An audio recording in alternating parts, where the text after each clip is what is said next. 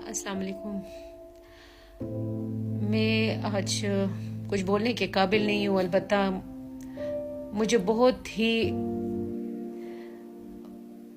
कहीं ना कहीं मैं समझती हूँ कि मैं भी इस हुकूमत का हिस्सा हूँ और मुझे अफसोस है और मैं इस इंतज़ामिया पे लानत भेजती हूँ, क्योंकि अगर ये किसी MPA या MNA या किसी भी बड़े ओहदे वाले लोगों के घर वाले होते तो इनके लिए हेलीकॉप्टर्स भिजवाए जाते।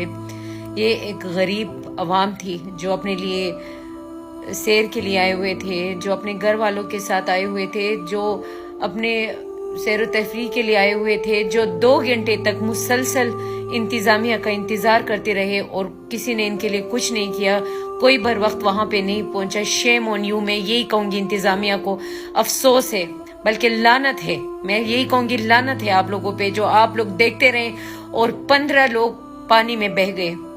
उन्होंने मौत से पहले ही अपने मौत को देखा है, हमसे नहीं देखा जा रहा उनको की जो वीडियो चल रही हैं, और इंतजामिया खामोशी से देखती रही। कहाँ मर गई थी सारे? 2 घंटे तक वो लोग मदद के लिए चीखो पुकार करते रहे और कोई वहां पे ना आया।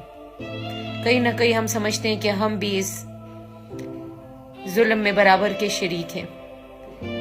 1000 बंदे वहां पे खड़े थे और उनमें से भी किसी ने हिम्मत नहीं की उनको निकालने में, और वो एक के बाद एक डूबता गया, एक के बाद एक डूबता गया। हम सब के लिए ये शर्म का मकाम है। मैं KP के गवर्नमेंट से ये अपील करती हूँ, इंतजामिया से पूछे 2 घंटे तक वो वहां रेस्क्यू करने क्यों नहीं गई? एक ही खानदान को जानबूझ के क्यों पानी में डूबने दिया? क्या सिर्फ MNAs और MPAs और सेनेटर्स और बड़े बड़े उहदे वाले लोग ही इन चीजों के मुस्तहिक हैं? क्या गरीब आवाम को इसी तरह हम मरता हुआ देखेंगे और इसी तरह मरता हुआ उनको छोड़ेंगे? मुझे अफसोस हो रहा है, मेरे पास अल्फाज नहीं है